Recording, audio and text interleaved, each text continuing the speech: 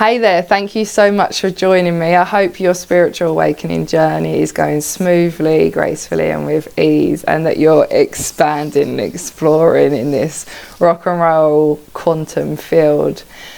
To help you on your journey, I'm going to share from childhood that I suffered with extreme hallucinations. And one of the hallucinations in this was that I was trapped in a room, and this room was full to the top of the ceiling from the floor, full, and this is probably like a 8 foot by 8 foot room, filled with stacks of paper that were jumbled letters, and the voice was saying, "You're not leaving until you figure out the book." I was a tiny child, curled up, grasping at myself, crying, hallucinating clearly, that I wasn't going to leave. And that was my reality. That was my neurological reality. I wasn't saying to myself, oh, it's fine, I'm hallucinating. In 5 hours, I'll calm down and cool down.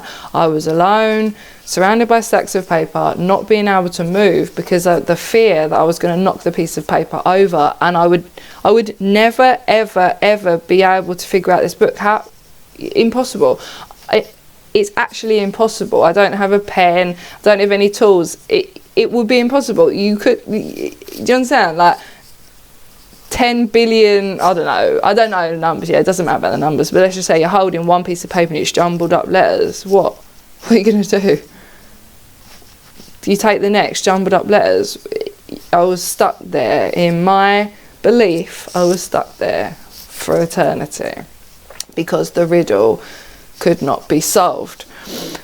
So if anyone knows, whether you go on a trip or basically your just everyday reality, your perspective is the real reality that you believe is there until you go and reflect on it, examine it and change the memory from a higher perspective.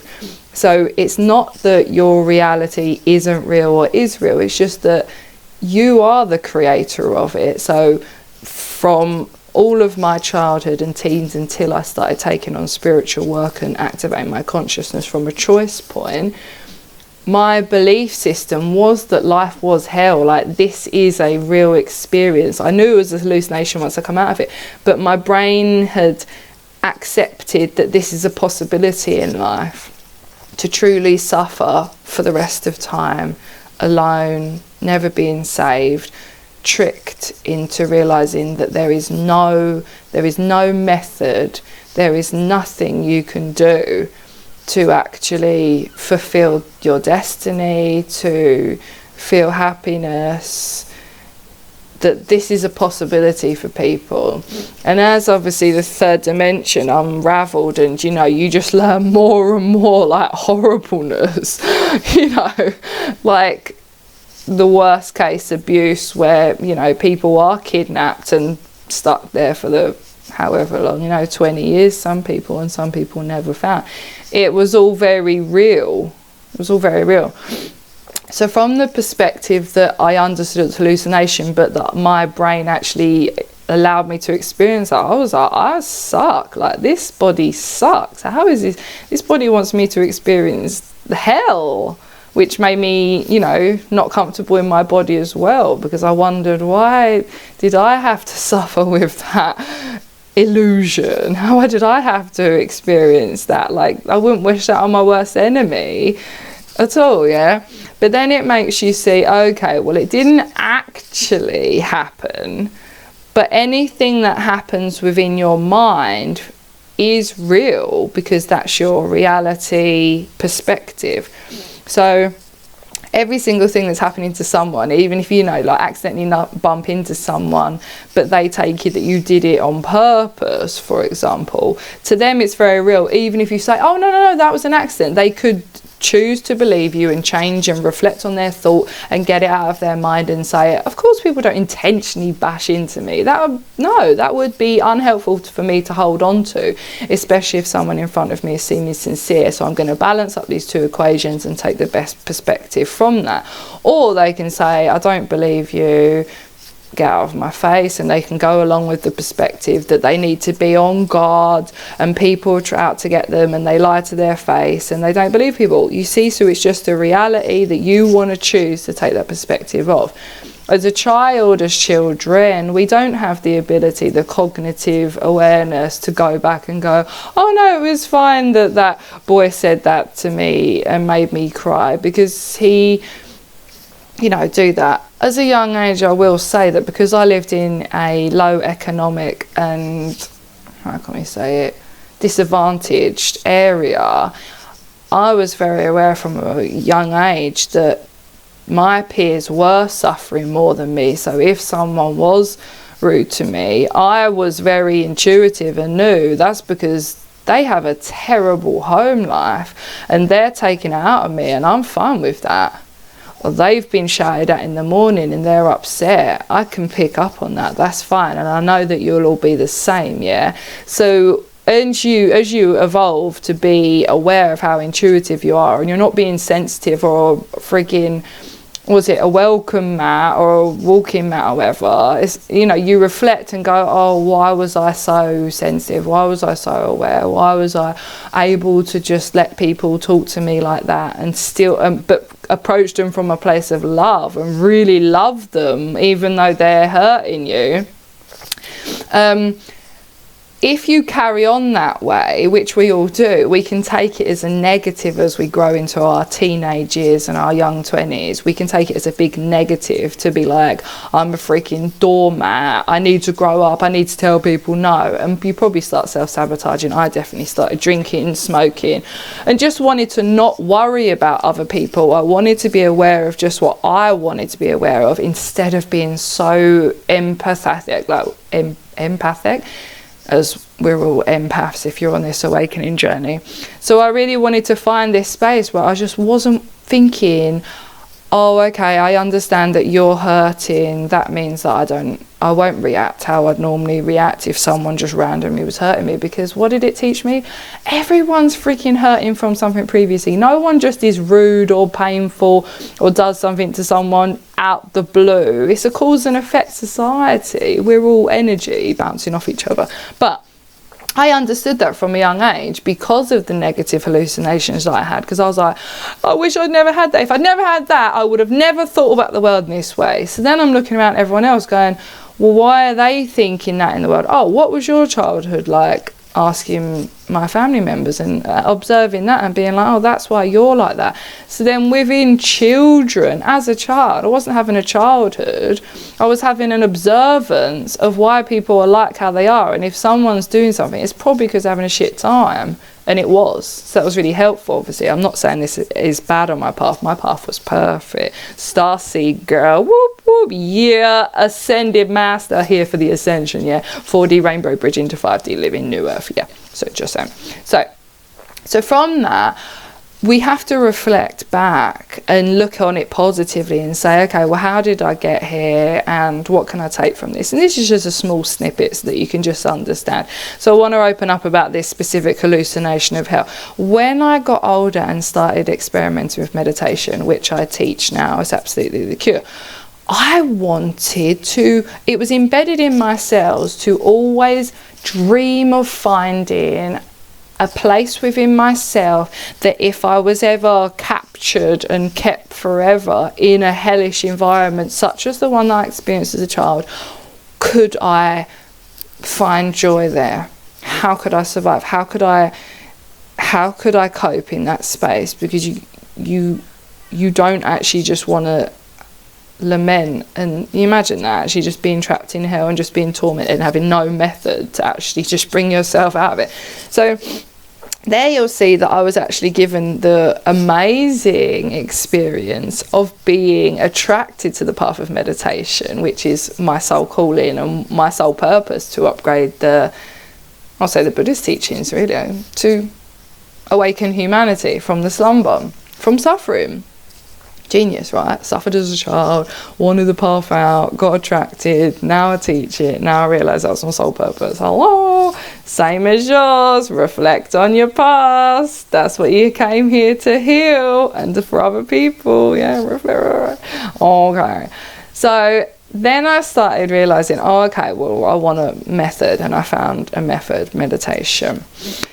Guess what happened? Because I kept reflecting back to that memory to say, I'm digging you out. Because obviously with meditation, you dig out the old roots and you're like, no, I'm not keeping you around anymore. You're not happening now.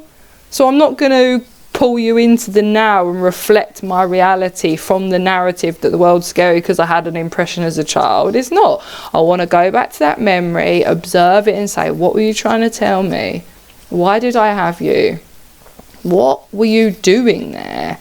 Dig, dig, dig. And obviously you're trying to say, was it because of that? You're trying to take away the self-blame. Like, oh, did I deserve that? Was I like a freaking demon child that needed freaking exorcism? Do you know what I mean? You're like, what? Like, as a child, you're thinking, why am I in hell? Like, obviously you win. And so then when you reflect, you go back to the memory when you've got a method, when you've got a path, when you've got a skill base, when you've got a toolbox. Yeah, if you're on the spiritual path, you've got your toolbox. Yeah, you want a toolbox, go and buy my 2 first programs. They're the toolboxes to have to come into the now and never lose it. Trust me on that one. Go to holdingspace.co.uk, get those first 2 programs. They're amazing value. They're the toolbox. Okay, they're the toolbox. So the toolbox then let me reflect to say, okay, sit in the memory. I'm stuck here. And you know what happened? In this memory, I all of a sudden got up and ran to the toilet. So there's my consciousness, there's my childhood brain going, I didn't even, what? There was a toilet? I didn't ever know there was a toilet there. Then guess. Then I'm sitting in this like really beautiful, like kind of the Hobbit toilet. And then the mind's going, but I didn't knock over the papers. What? This is a 20-year memory, I'm saying, that's literally designed my life. You know, pushed me into the depths of hell throughout that whole time since it. Of feeling like life is that. Doesn't matter if we're at a party. That's the belief system that was given to my young developing brain. That this is hell, and whoever there are people around you, to me they represented the book, the paper that couldn't be figured out. I'll never figure out these people, I'll never figure out myself, and I'm stuck here forever. Like, you know what I'm saying? You can obviously imagine the similarity of the perspective. So there's me going, I didn't knock the papers over. And everything's sparking then, yeah, because obviously you're getting the neural pathways opening up going, there's a toilet here in this freaking hell? Or it doesn't seem like hell right now because I've just stood up, I've just ran, I've just followed my natural instincts. I need the toilet, I've done what I want to do. I wasn't sitting there crying. All of a sudden I just magically sparked up, stood up and ran to the toilet. And now I'm in this beautiful Hobbit thing. Now I'm sat here going, I didn't knock the papers over. What the frick is going on here in this memory that I've held on to be this one set structured shitstorm? So then I stand there at the door and I open it like that.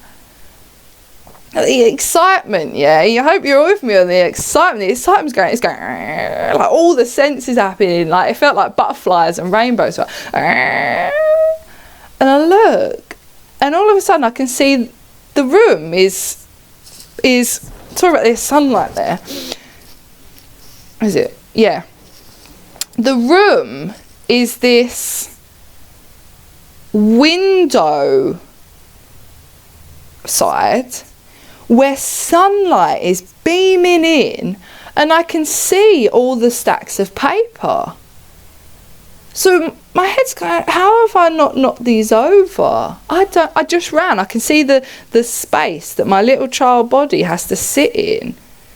And I'm looking, and then, so the sunlight's coming through. And then I like go to put my hand to push these papers over. And my hand just went through them. hand went through them. And then the neural pathways going, awakening. Whoa, whoa, whoa, whoa, whoa, whoa, whoa, whoa. What? It's a hologram. They're not real. No. No.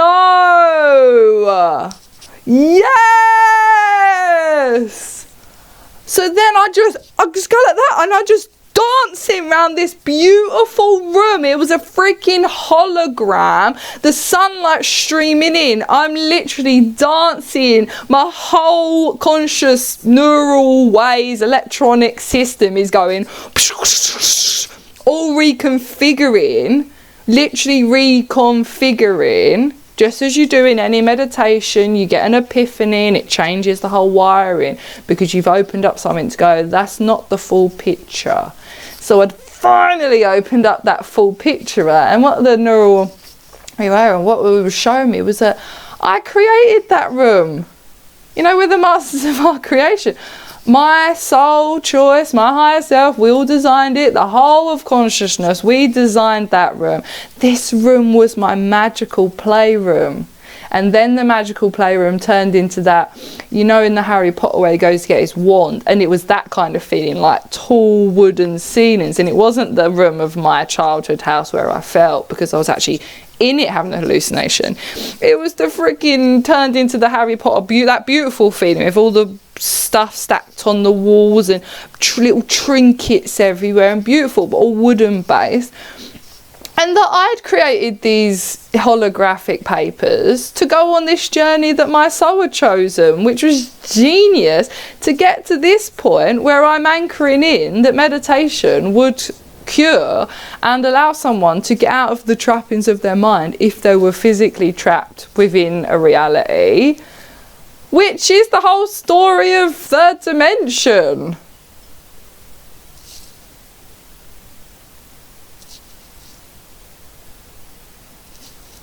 Yeah. So that room now, obviously that's my playroom. I understand that's a compartment within my, let's just say mind, but you know, quantum field, that I go to and I change and reorganize. And you want to guess what my reflection of those piece of paper is now? We're eternal. I'm eternal. So as a child, eternity, not figuring out the riddle, was hell. But having a toolbox, like you have if you're a meditator, please go and get my first 2 programs. They're the good toolbox for you to get out of your suffering, to get out of your hell. The toolbox then transforms into, oh, I'm eternal. Hell was eternal. I'm eternal. Guess what these pieces of paper are? The story of my life. And guess what? I'm figuring it out and I love it. I've got till the end of time to figure out my life story, these books, these pieces of paper, these writing.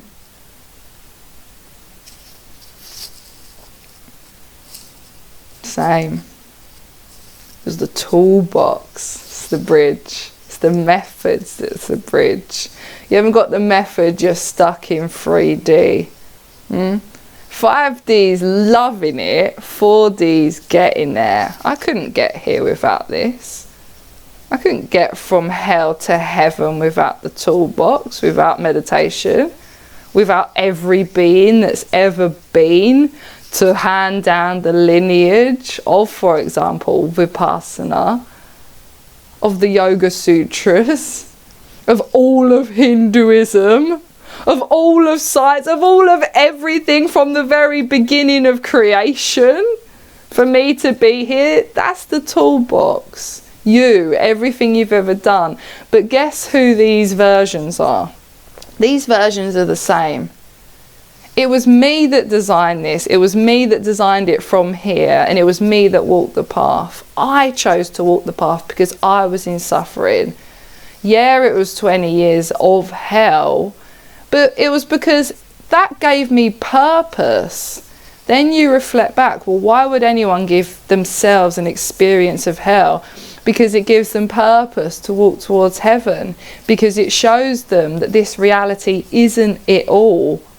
And go, oh, you know, some people might have had that kind of experience and then gone along the path of replacing it with food, replacing it with relationship. I mean, I've done that too. It's just that it didn't go on for too long, rather than going, I want to path out of this. Whether it's eating and watching movies and getting in crap relationships, or pushing people away, or giving up on myself, or crying myself to sleep. One of these days I've got to actually find something that steps me out of this, because these are just replacements for the immediate feeling of hell, but I want to find a long-term solution. Hello. Which obviously, as soon as, I mean, at 18 I read the Bhagavad Gita and I was like, oh, finally something that I can look. I love that. It's right there. That was not planned. 18, I'm 32 now. What's that, 14 years? Respect. Let's just read even one line. So let's just think, for all that time living in hell, not knowing what consciousness was, literally being like,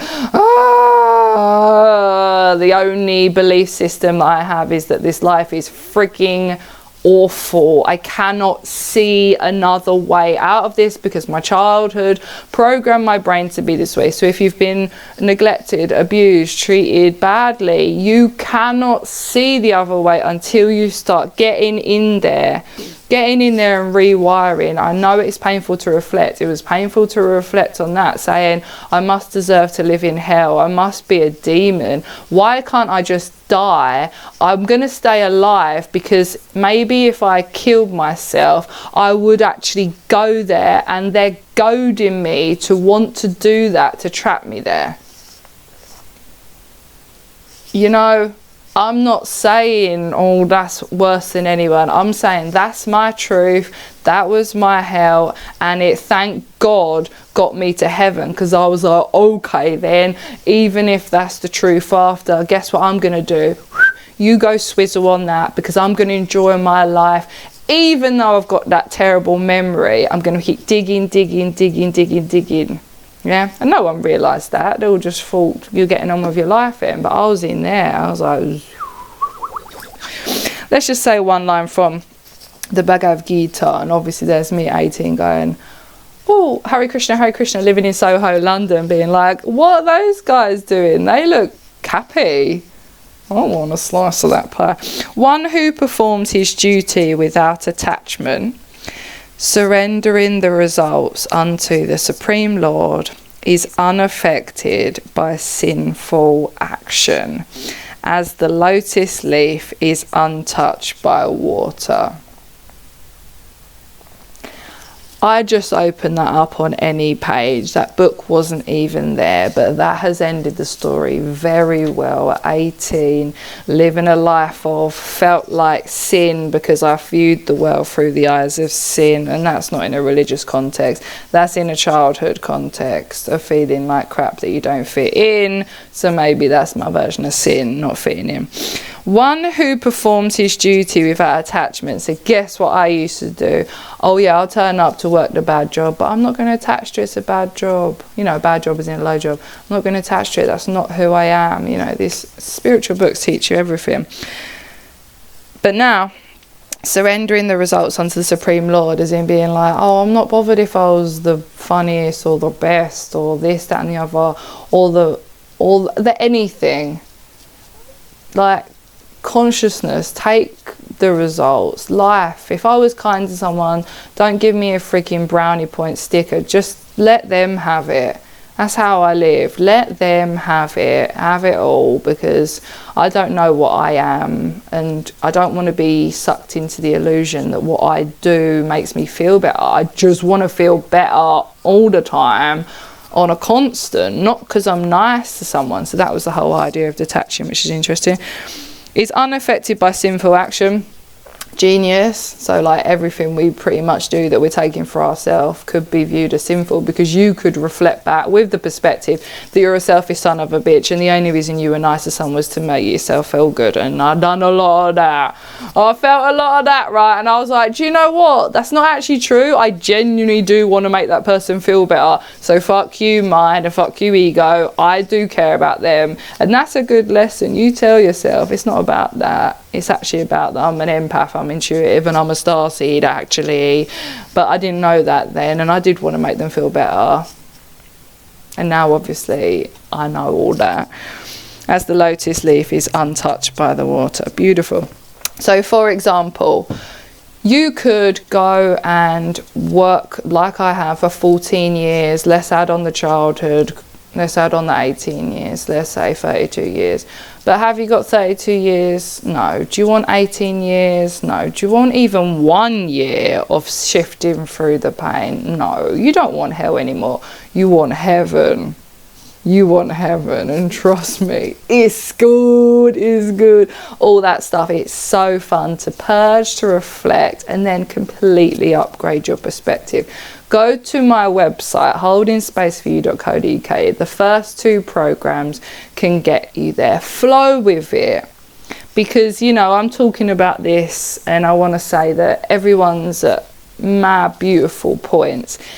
If you're not at the position to constantly reflect on the negativity as a lesson that's guiding you to the higher truth, then that's what the programs are for. Because it's one thing to say, I feel like I'm getting better, but if you get pulled into those situations, I don't get pulled into situations.